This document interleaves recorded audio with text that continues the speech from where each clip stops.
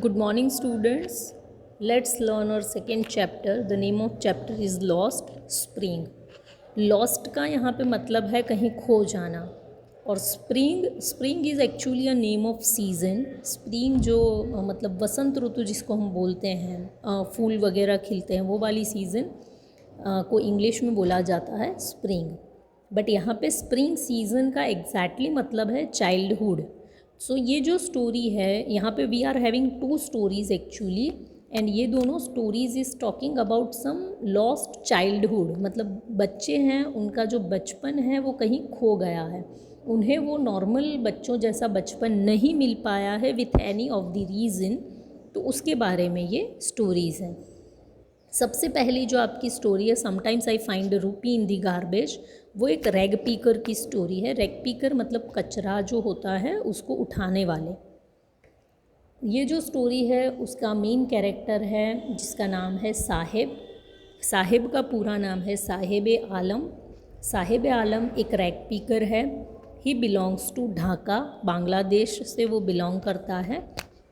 बांग्लादेश में इन लोगों के खेत घर सब कुछ हुआ करते थे, but because of any of the reason वो सारी चीज़ें मतलब ख़त्म हो गई, डिस्ट्रॉय हो गई, और ये लोग रेफ्यूजी बनकर इंडिया में आ गए.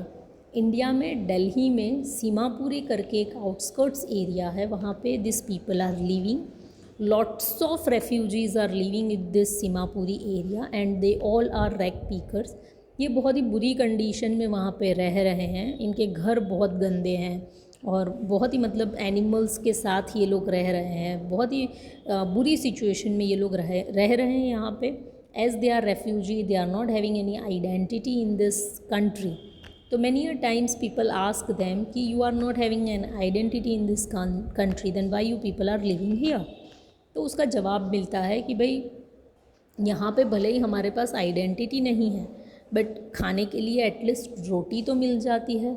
हमारी कंट्री में we are having some identity, but वहाँ पे हमें खाने के लिए रोटी नसीब नहीं होती है.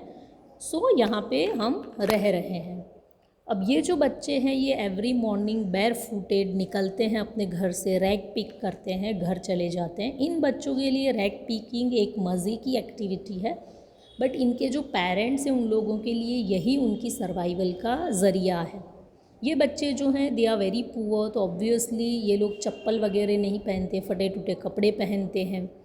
एक बार राइटर इनसे पूछती है कि तुम लोग चप्पल्स क्यों नहीं पहनते, तो हर बच्चा कुछ अलग जवाब देता है. कुछ बोलते हैं कि भाई हमारे चप्पल तो ऊपर पड़े थे जो मम्मी ने उतार कर नहीं दिए.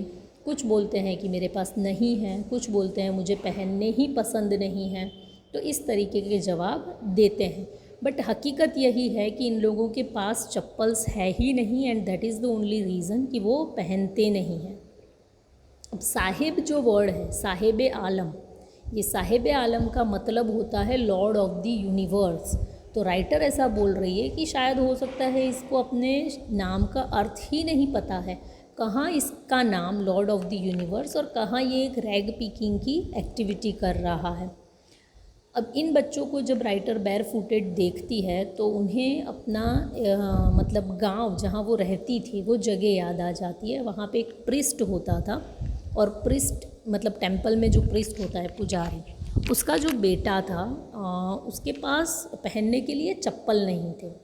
तो every morning he used to pray to God कि मुझे पेयर ऑफ शूज़ चाहिए. अब 30 ईयर्स हो गए हैं. After 30 years she again visited that temple, and अब वो वहाँ पर जाकर देखती है तो बच्चों के पास यूनिफॉर्म है, सॉक्स है, शूज़ है. तो उसे ऐसा लगता है कि कहीं ना कहीं उन बच्चों ने जो प्रेयर की थी, गॉड ने आज जाके वो प्रेयर फुलफ़िल करी है. मतलब शायद वो बच्चे वो चप्पल जूते नहीं पहन पाए, पर इन बच्चों के पास एटलीस्ट शूज़ हैं. बट आज भी हमारे कंट्री में बहुत सारे ऐसे बच्चे हैं जो शूलेस हैं, जिनके पास पहनने के लिए चप्पल तक नहीं है.